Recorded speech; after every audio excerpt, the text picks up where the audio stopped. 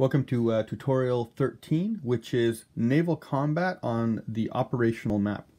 Here we have the first scenario, which is a Soviet destroyer in the Persian Gulf, and it's being patrolled by a P-3 Orion. The P-3 Orion can detect ships at a significant distance, but the strategic hex range that we are using is at 10 hexes.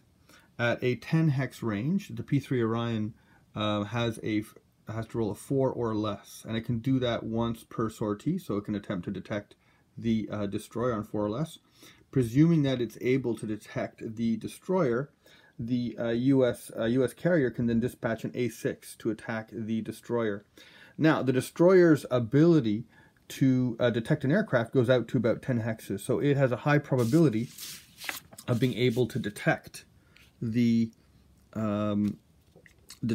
an aircraft. You can see it by this length here. The problem is that its anti-air range is only 3 hexes, whereas the anti-ship ability of a P-3 Orion is 4 hexes, which means even if the destroyer had detected the A6, because its air defense only reaches out to 3 hexes, it's outranged by the A6. So in this case, the A6 would roll against its anti-ship missile ability, which is a 7.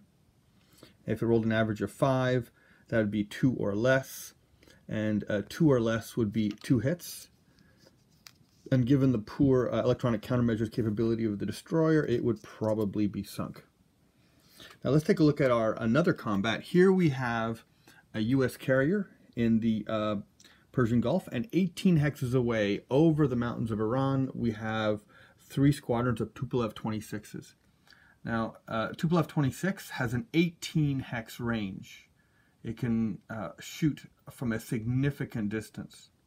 The E-2C has a detection capability that's also out to 18 hexes.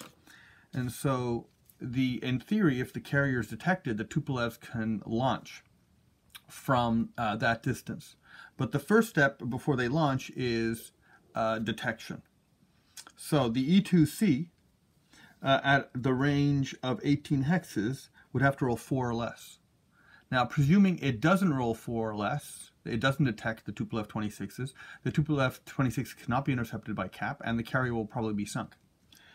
If the carrier does make its roll, then F-14s can intercept the Tupolev 26s, and with the results that we previously saw.